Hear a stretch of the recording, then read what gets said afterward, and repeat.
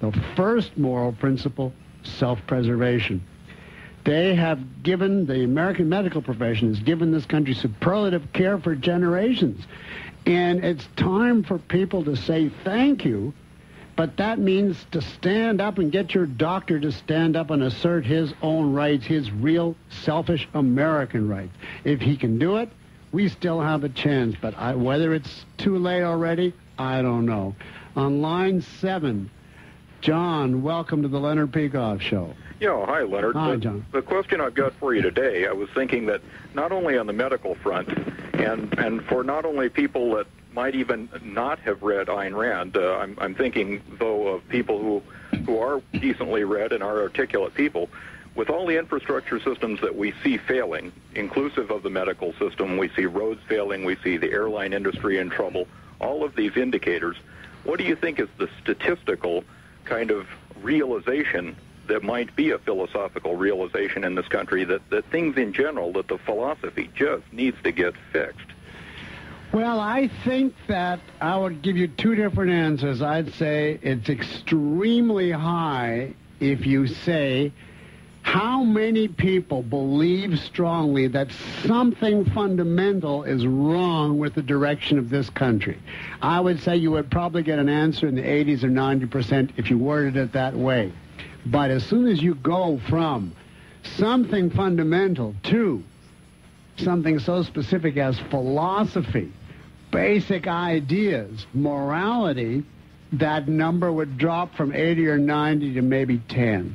Because I don't think that most people have any idea what philosophy is or that it's anything other than hot air. And consequently, they know something is wrong, but they don't know what it is that's wrong. And as long as that's the case, we're nowhere. I think what we probably need to do is make philosophy, if you will, a little bit more palatable for most people so that they realize that this doesn't pigeonhole it into something that's unfathomable, that we're really just talking about the infrastructure of society. Yeah, well, I agree with you there in the sense, if I take you to mean the way it's taught in universities, any decent person who would take one class in philosophy. You're breaking up on me, John. Are you in a car phone? No, it's something with my phone here. Any decent person who would take one class in philosophy and hear what goes on in that class would say, oh, this subject is for the birds or for the idiots. They would take off and they'd never come near it again. So what we desperately need is some way to make philosophy more understandable popularly. And, you know, there's a limit to this program is one such attempt, but it's a drop in the bucket compared to the ocean that's coming from the other direction. I appreciate that. And I was really thinking, though, in the sense of not so much in the universities of people who have college educations, university educations, which already limits us in a certain percentile ranking in the populace, but just with the man on the street, if you will, that he needs to realize, he and she need to realize that in the sense we're talking about, philosophy isn't this heavy-duty, weighty subject. It's just the fundamental questions of life. It's freedom. It's love. It's everything that a man lives and grapples with. But the problem is, you can't, as a social, practical matter, you can't reach the man on the street except through the outlets that he goes to. He doesn't phone up you or a friend and say, give me a little shot on philosophy. He reads the newspapers. He goes to church or synagogue. He goes to the movies. He gets it from all the different cultural outlets. And the problem is all of the people that manage the content of those outlets ultimately graduate from classes in college. So the college elite may be very small in number, but they're the ones that shape the ideas. That's why I keep going back there. I got to run, John. Thanks very much for your call. I appreciate it. Bernie, you've got a question on HMOs. How are you doing, Bernie? How you doing, Doc? Yeah, I got on HMOs. I belong to 3 different ones, and they're all the same way. They give you about 2 minutes of service once a month. And the doctor wanted to change drugs, and he called in and took a half hour to get permission to give me another drug for diabetes type 2 and, different pills. And this what gets me is they got these doctors locked up. They're paying about $4,500 a year for each patient to these insurance companies, and you're getting about $10 worth of treatment, It's just a rip-off of the taxpayers. It's a total rip-off, and you know that the spread of these HMOs, there were a few privately owned ones on the periphery, but they really should have called them BBM instead of HMO, not Health Maintenance Organization, but BBM, Bargain Basement Medicine. That's right. Because the whole idea is they're going to give you a substantially less payment than a regular doctor would charge. You're guaranteed coverage of your costs, but the way they're going to do it is to withhold services. Now, people wouldn't have stood for that in the old days. But what happened is the government escalated the prices to such a point, and then Washington decided that we got to throw our weight behind HMOs. You know, I have a book here, if you're interested. People think HMOs are private. You should get a hold of this book called The History of HMOs. It's actually a pamphlet by Christina Rizza, R-I-Z-Z-A. Bernie, if you don't mind, I'm going to take your moment to give a plug here for this book. Are you still there? Yeah, I'm still there. And you can get it from Americans for Free Choice in Medicine by calling 714-645-2622. 714-645-2622. And it's called The History of HMOs. I don't know if they charge for it or not. But if you say you call from the Leonard Peikoff Show, I bet they'll give it to you free. But that HMO...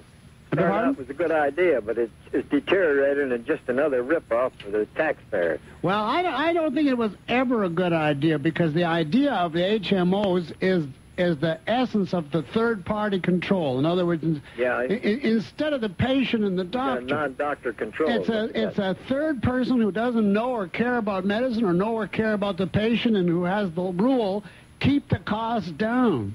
And the result of that is they make money so far as they don't give you services. Right. And of course, the government is shoving Medicare people in there. The government is saddling employers with such medical costs that the employers are forced to shove people into there. You would never dream of a plan, you know, like with restaurants.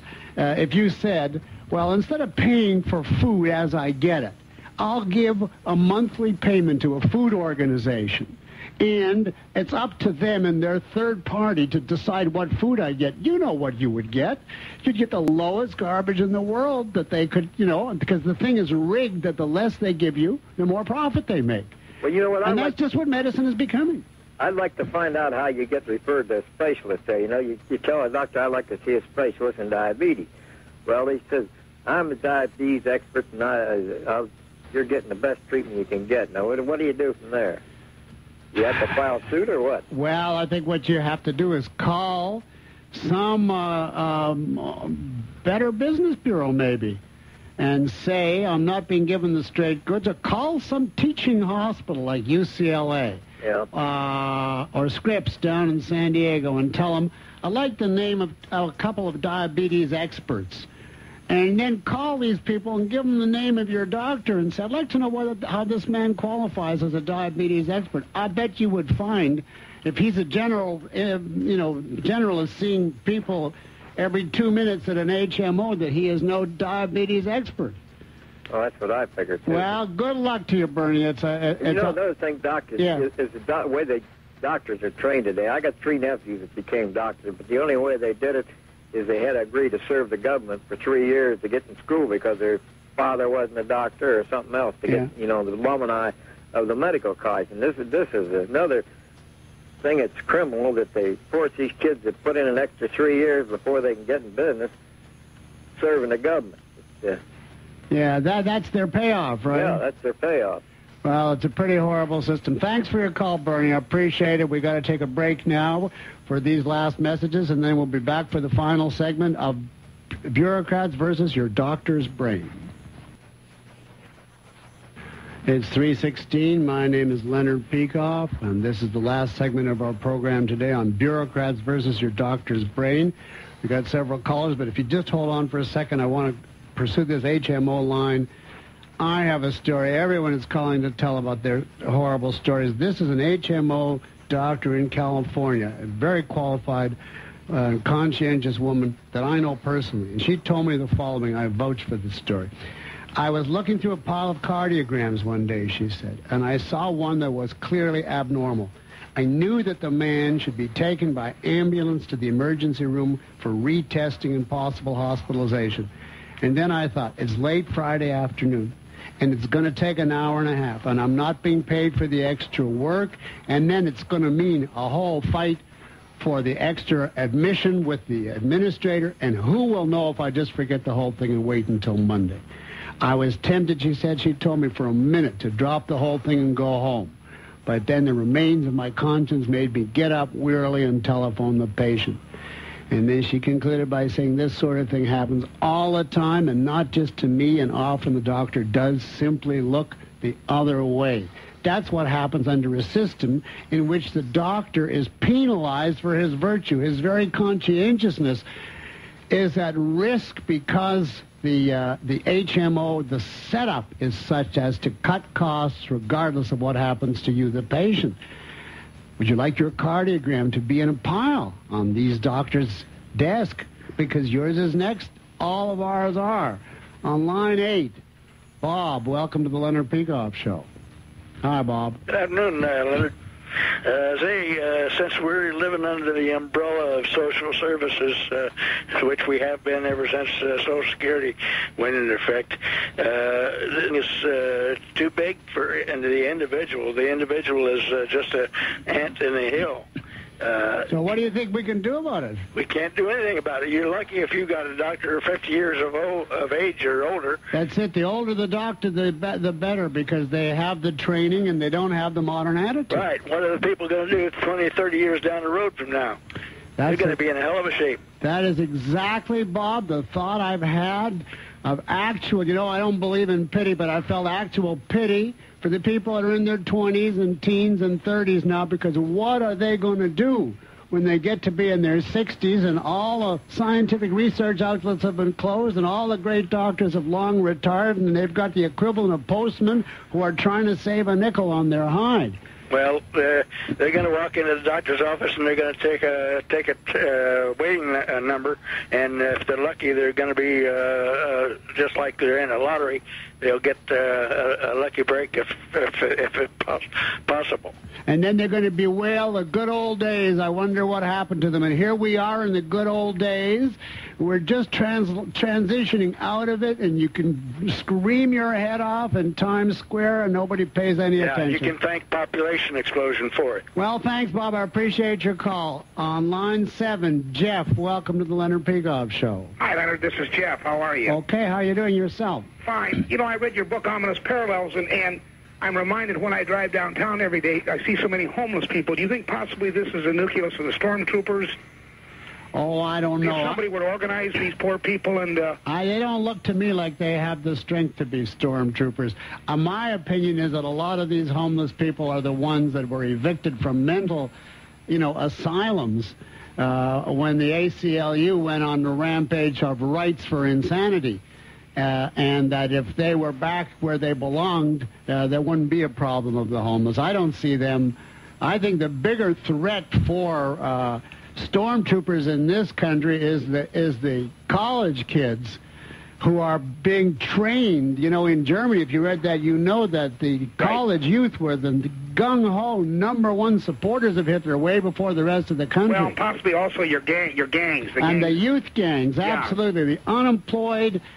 street toughs, those are the ones that will have if it's going to happen here, we'll have a uniform put on them. Dr. Peikoff, did you ever read Frank Chodoroff at all? Who? Frank Chodoroff. Oh, I've heard of him, but he was a conservative, right? He wrote, he wrote Fugitive Essays and The Income Tax, The Root of All Evil. No, I never did read it. I've heard of it. Well, he was with, Albert J. Nock and that generation. Yes, Albert J. Nock, I remember. Great guy. I cannot believe you cannot find these books in the library today. I mean, it's amazing to me that the American people have no idea what really is going on. Well, if you ever devise a way, Jeff, to let them find out, call and let me know, okay? Well, I think you're doing the right thing on the talk show. Well, thank you, Jeff. I appreciate your call. Thank you. Line 9, Dick, welcome to the Leonard Peikoff Show. Hi, Leonard. How are you doing? Okay. Thanks very much for your show. You're an incredible source of wisdom for and reason for us fighting the propaganda in the mainstream media. Well, thank you. I wish you would extend that reason and stop perpetuating the level of adverse propaganda against HMOs and managed care